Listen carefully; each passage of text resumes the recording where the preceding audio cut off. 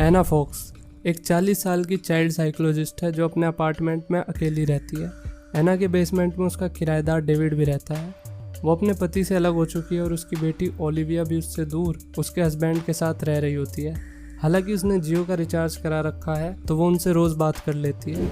उसे एग्रोफोबिया नाम की एक बीमारी है जिसमें पेशेंट को एक्सट्रोवर्ट लाइफ से डर लगता है और पैनिक अटैक्स भी आते हैं। एना के केस में वो अपने घर से बाहर नहीं जा सकती। हमेशा घर में रहने की वजह से उसके पास 3 ही काम है: वाइन पीना, टीवी देखना और अपने पड़ोसियों के घर में ताका झाकी करना।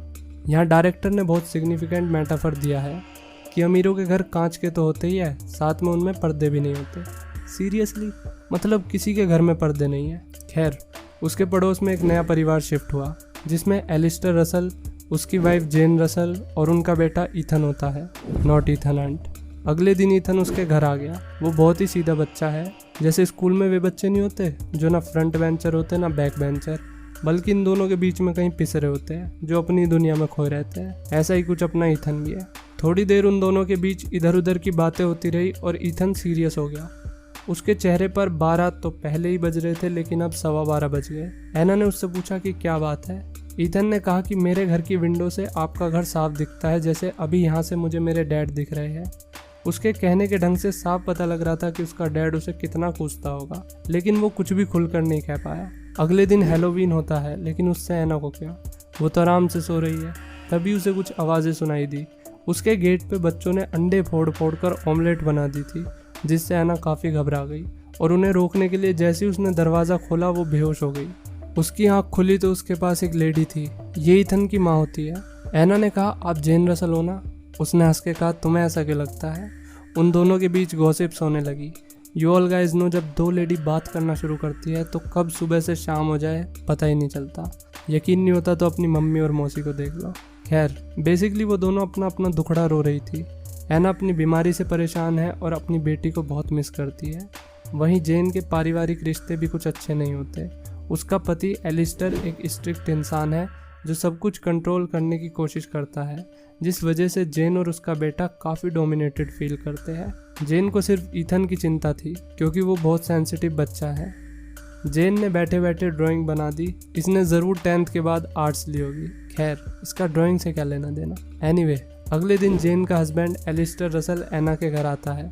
वो पूछता है कि क्या कल रात आप मेरी वाइफ से मिली थी? एना ने इनकार कर दिया क्योंकि उसे लगा एलिस्टर को सच हजम नहीं होगा। लेकिन एना ने ये बात बता दी कि उसका बेटा कुछ दिन पहले यहाँ आया था। एलिस्टर ने एक सीरियस लुक दिया और वहाँ से चला गया। एगोरोफोबिया के चलते एना की साइकोलॉजिकल कंडीशन कुछ खासा अच्छी नहीं थी, इसलिए डॉक्टर कार्ल उसे कंसल्ट कर रहे होते हैं। उसका पिछले 10 महीने से इलाज चल रहा था। डॉक्टर कार्ल का मकसद है कि एना अम्ब्रेला लेकर घर से बाहर निकले, लेकिन वो अभी तक ऐसा करने में कामयाब नहीं हो पाई। एक रात एना ने कुछ आवाज़ें सुनी अपने पड़ोस में। ये वैसी आवाज़ें नहीं थी जैसा आप सोच रहे हो। खैर, उसने कैमरे से जूम करके देखा तो वहाँ जेन को किसी ने चाकू मार दिया होता है। एना बहुत डर गई। उसने पुलिस को बुला लिया, लेकिन पुलिस वाले उस पर विश्वास नहीं करते क्योंकि उसके पड़ोस में सब कुछ नॉर्मल था। हद तो तब हो गई जब जेन की जगह कोई और लेडी आती है और सब उसे ही जेन रसल मान रहे होते हैं। पुलिस गलत जानकारी देने के लिए एना को वार्न करती है। अब वो रसल परिवार की जासूसी स्टार्ट कर देती है। वो छुपकर नई जेन रसल को देख रही है और तभी उसका फ़ोन बजा। फ़ोन पर जेन थी। उसने चिल्लाकर कहा, मेरे परिवार से दूर रहो तुम सन की पागल औरत। एना नीचे बेसमेंट में जाती है जहाँ डेविड रहता है, लेकिन अभी वो वहाँ नहीं था। एना को वहाँ जेन की बाली मिली और ज़मानत के कागज़ भी। डेविड का बैकग्राउंड कुछ ठीक नहीं था। वो कई बार ससुराल जा चुका था, मतलब जेल, और पिछले कुछ दिनों से वो एलिस्टर रसल के लिए काम कर रहा होता है। एना को शक हुआ कि कहीं एलिस्टर ने डेविड के हाथों जेन को तो नहीं मरवा दिया। तभी डेविड आ गया। उसने एना पर बहुत गुस्सा किया क्योंकि वो उसकी पर्सनल ज़िंदगी में दखल अंदाजी कर रही होती है। एना फेसबुक पर जेन को ढूंढने की कोशिश करती है। उसे जेन तो मिली नहीं, पर एलिस्टर रसल की आईडी मिल गई। वहाँ से उसे पैम नेजन के बारे में पता चला। ये लड़की एलिस्टर रसल की कंपनी में काम करती थी। कुछ दिनों पहले उसने सुसाइड कमिट कर ली थी और इसका बॉस गैस करो कौन था? Obviously Alastair Russell. सुसाइड के ठीक बाद रसल फैमिली यहाँ शिफ्ट हो गई। क्या ये सब सिर्फ इत्तेफाक है या फिर एलिस्टर का इन मर्डर्स के साथ कोई ताल्लुक है? एना को किसी अनजान आईडी से ईमेल आया जिसमें उसके सोते हुए की फ़ोटो होती है। फ़ोटो में पीछे टाइम भी दिखता है। उसने डिटेक्टिव को बुला लिया। उन्हें घर में और कोई नहीं मिला। फीमेल डिटेक्टिव को ऐना पर बिल्कुल भरोसा नहीं था। उसके हिसाब से ये सब ऐना खुद ही कर रही थी, लेकिन मोटू डिटेक्टिव ऐना की बात में दिलचस्पी ले रहा था।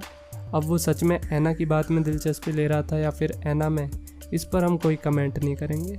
बाकी मैन विल बी मैन। वहाँ पे रसल की फैमिली और डेविड भी आ गया। इस सब के बीच ऐना को नर्वस ब्रेकडाउन हो जाता है।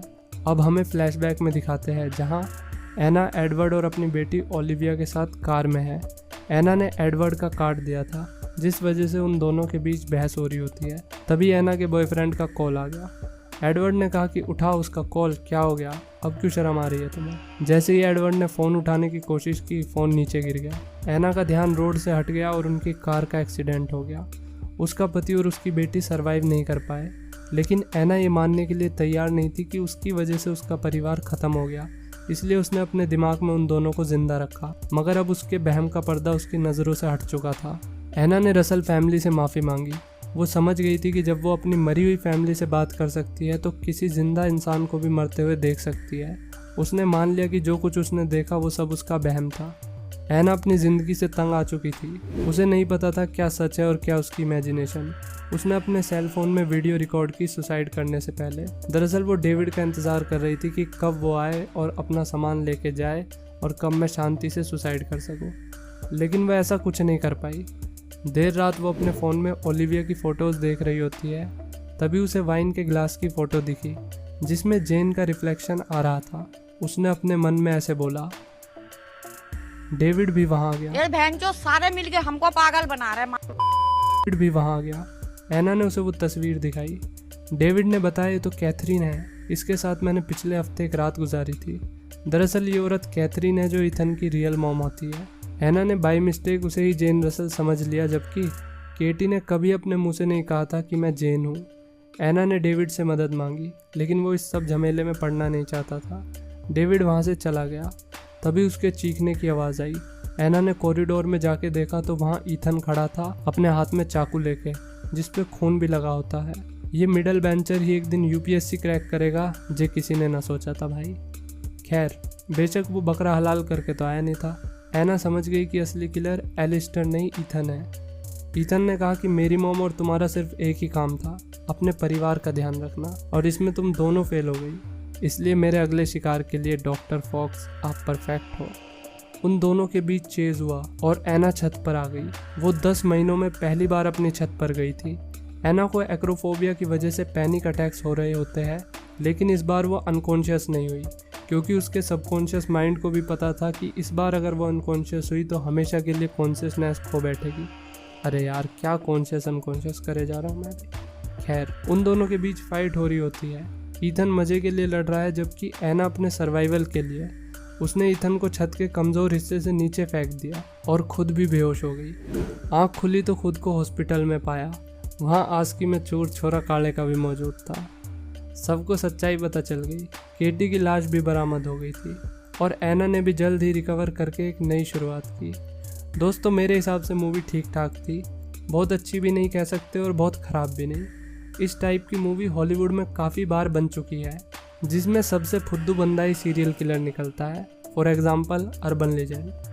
अगर मुझे कहा जाता कहानी लिखने के लिए, तो मैं लिखता कि ये जितने भी इवेंट हुए हैं ना, ये डॉक्टर कार्ल ने करवाए हैं एक एक्ट की तरह, ताकि ऐना अपने घर से बाहर निकल सके। कहने का मतलब है ये ऐना का इलाज चल रहा होता उसे घर से बाहर निकालने के लिए। ऐसा दिखाने से मूवी और ज़्यादा साइकोलॉजिकल थ्रिलर बन सकती थी। आपकी क्या राय है इस बारे में, कमेंट करके बताइए। Thank you for watching.